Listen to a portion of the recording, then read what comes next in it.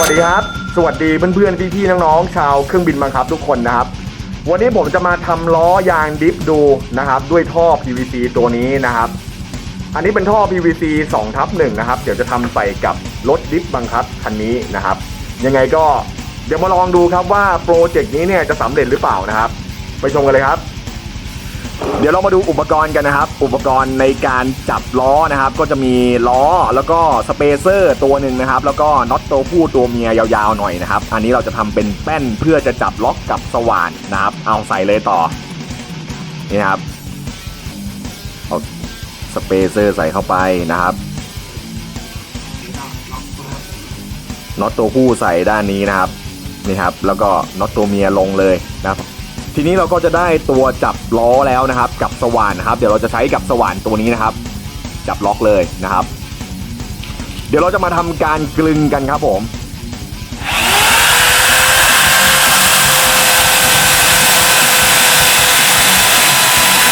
ได้แล้วมั้งข้างในอ่ะได้แล้วมั้งข้างในอ่ะต่อข้างในได้แล้วมั้งยังข้างในเลยคือแบบนอก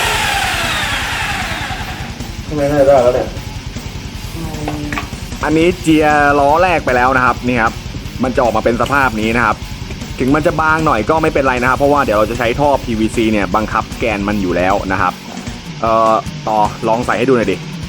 ท่อ PVC อ่ะเนี่ยนะครับนี่ใส่เข้าได้นะครับพอแล้วไม่ต้องใส่ลึกแล้วเดี๋ยวค่อยใส่ลึกตอนหลังนะครับก็จะประมาณนี้นะครับ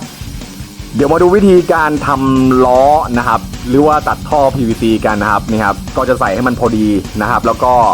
จะทำการเลื่อยนะครับก็จะเลื่อยผ่านสว่านตัวนี้เลยนะครับเดี๋ยวมาลองดูครับมือนี้มือมึงขวางอยู่มึงคอยกดเลื่อยแล้วกันคอยกดเลื่อยนะงั้นเราไปเร็ว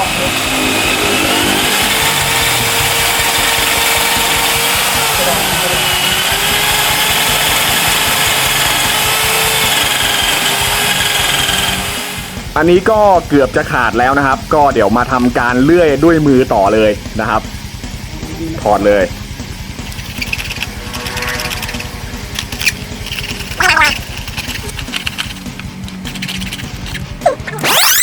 นี่ครับได้มาแล้วครับล้อตัวแรกที่เราทำนะครับนี่ครับออกมาสวยเลยนะครับพอใช้ได้นะครับตัวนี้นี่ครับอันนี้ต้องบอกก่อนเลยนะว่าต้องใช้ล้อที่พังแล้วนะมาทำนะครับ ก็เหมือนกับว่าเอามาหั่นดิฟอะไรประมาณนั้นนะครับนี่ครับตอนนี้ก็เสร็จเรียบร้อยทั้ง4ล้อแล้วนะครับก็ถือว่าประสบความสำเร็จนะครับแต่ยังไม่ได้ลองดิฟดูเลยนะครับว่าจะเป็นไงนะครับเพราะว่าตอนนี้เหลือประกอบชุดมอเตอร์แล้วก็อะไหล่บางส่วนของคันนี้อยู่นะครับเดี๋ยวรอคุณต่อเขาประกอบสักแป๊บหนึ่งนะครับแล้วเดี๋ยวไปลองดิฟกันครับนะครับอันนี้คือรุ่นอะไรครับคุณต่อครับคาเซโมโต้สตอร์ม S1 ครับผมคาเซโมโต้สตอร์ม S1 นะครับ ก็ดูแปลกไปอีกอย่างหนึ่งนะครับเดี๋ยวไปลองวิ่งดูครับ